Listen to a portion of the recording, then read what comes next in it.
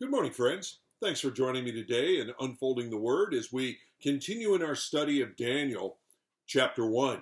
I'm going to pick up our reading today in Daniel chapter 1, verse 8. But Daniel resolved that he would not defile himself with the king's food or with the wine that he drank.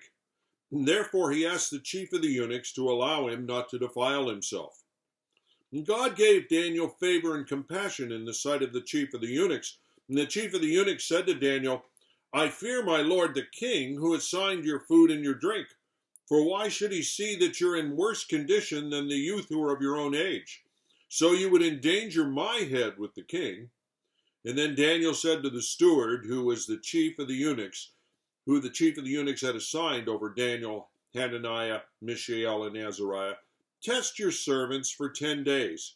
Let us be given vegetables to eat and water to drink. And then let our appearance and the appearance of the youths who eat the king's food be observed by you, and deal with your servants according to what you see. And so he listened to them in this matter, and tested them for 10 days. And at the end of 10 days it was seen that they were better in appearance and fatter in flesh than all the youth who ate the king's food. And so the steward took away their food and the wine they were to drink, and gave them vegetables. Now, you remember now, the issue here is that Daniel and his friends have been taken off in exile from their homeland, from Jerusalem. And now they are forced into, as young teenagers, into a 3-year training curriculum, an indoctrination program. The goal of it is to transform their worldview so that, in a sense, they become Babylonians instead of the Jews that they had been. In order to accomplish that, they were exposed to a wide-ranging secular curriculum. And they were given the types of training and skill development things that would enable them to effectively serve this king, their enemy, and help him with his empire. They were also given a special diet as people in preparation for the service of the king. Now, as we saw yesterday, the issue is, where did they draw the line? And we learned so much from that. Daniel and his friends did not draw the line on being forced to go through the secular curriculum and indoctrination program. They did not draw the line at developing those skills and accepting the development of those skills that would enable them to serve the hated enemy king. In fact, they would spend the rest of their lives serving that king. But they did draw the line at the issue of food. And they drew the line there because what the king wanted them to eat directly conflicted with God's word, God's commands for them as Jews. They drew the line at where something conflicted with the word and where the demand was to do something God said is sin for them to do. Such a lesson for you and I in our day-to-day walk in the midst of a fallen world, as we deal with authorities at all kinds of levels. We ended yesterday by looking at the first step that was taken in seeking to resolve this issue, and that was that Daniel was called upon to trust that God was able to work in the hearts of those authorities, in this case Espinaz, who was the chief eunuch, that God would work in their lives to give them a favorable attitude toward the request and decision, faithful as it was, for that Daniel and his friends were making. Are you trusting in God to work in the Ashpenazes of your life? Therein is the good challenge to us. Now today, let's continue to see the other steps as they unfold for us in these particular verses. The second step in this process of resolving the impasse was Daniel sought to find out why the command was given to them, why this compromising command came about. You see, not every command has as its purpose to put us in compromise with God's word. While Satan may have that intention, people don't always have that intention. As he sought more information, it became clear that Nebuchadnezzar's intention in establishing the dietary regulations for the trainees wasn't to corrupt the trainees, but it was to give the trainees the advantage of having the best nutrition possible in that era.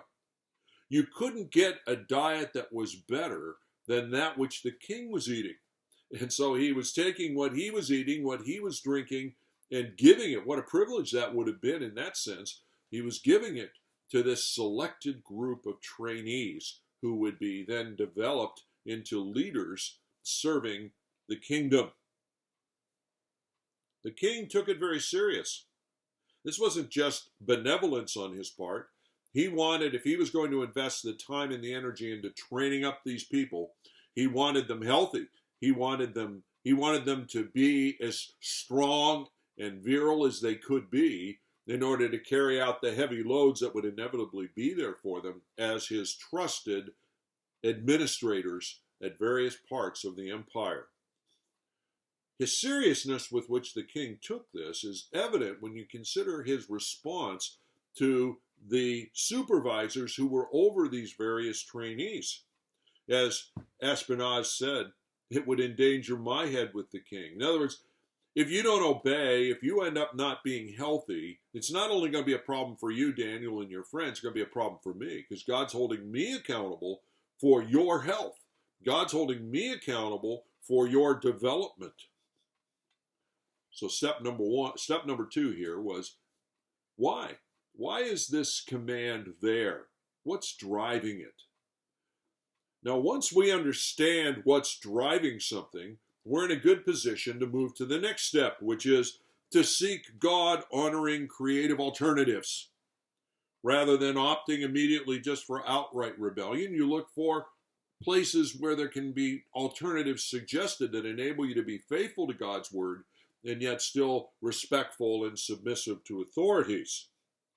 When Daniel understood the real purpose behind the food and drink command, God then gave him the wisdom to see an alternative to propose. The reasoning would have gone like this. If the king's real intention and goal is our good health, the fact that we would be strong and developing, then let's come up with another path. Let's propose a test period in which we will follow God's dietary call, or at least not participate in the king's food and drink. And then at the end of that period of time, they can test us to see, have we been lagging behind, or are we staying with the program? And that's really how it worked out. And they were permitted to have that 10-day period to check it out, see what would happen at the end of the 10 days. Now, the issue here, and I want to take a moment to say this, the issue here for Daniel and his friends was not a dietary issue per se. It wasn't that the diet they were proposing was healthier than the king's diet. The diet they were proposing was a diet that would keep them in line with God's commands and prohibitions about what to eat and what not to eat.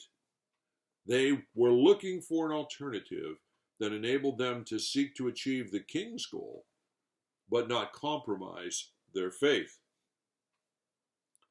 And then, in response to what that proposal was, and the good response to it from the steward, God honored their obedience. God essentially worked a miracle. What do I mean by that?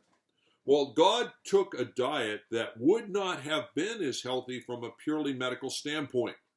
Just to have vegetables and water was not enough. They would have lost weight over the 10 days if that was all that they ate. No, God worked a miracle here to enable them to stay strong and healthy even with less than what normally would be needed to stay strong and healthy. They weren't compromising their health because God was, in a sense, miraculously supplementing what the vegetable and water was providing for them. Now, why do I make a point of that? Because God was not laying out for us here a strategy. The application of this passage is not that, well, you need a diet like Daniel. You'll be honoring to God then. Just eat vegetables and water. No, that's ridiculous. That's not what God is saying. God was laying out a miraculous working that, by the way, he continued throughout all of the period of the years that they were in this training program, where eating that which would allow you to stay within the dietary restrictions of the Old Testament, God would honor that and keep you healthy. Honor it because of the faithful obedience. All right, so that was the second step, and it was responded to positively. Now, by the way, the fourth step in all of this, and it's an understood step, was this. Whatever the outcome of the proposed alternatives, you're going to stand for God's truth either way. Remember back in verse 8, I didn't read that, but you can check it. In verse 8, it says Daniel resolved to be obedient to God in any event. In other words, he wasn't going to defile himself with food no matter how this proposed alternative went. And if at the end of the 10 days they were in worse health, so be it. Whatever the punishment would be, they would accept because they were not going to compromise God's truth. By the way, the same principles emerge later on in the third chapter, as we'll come to see, as Shadrach, Meshach, and Abednego, facing the fiery furnace, say, well, listen, even if we aren't delivered, we're not going to bow to you. We're not going to bow to you, King. We're going to only bow to the Lord. No matter how it works out, we resolve to be obedient to the Lord. Well, we know, however, how it turned out. Verses 15 and 16 tell us. They were healthy and strong, in fact, better than all of those who had been on the king's diet, and God kept them that way.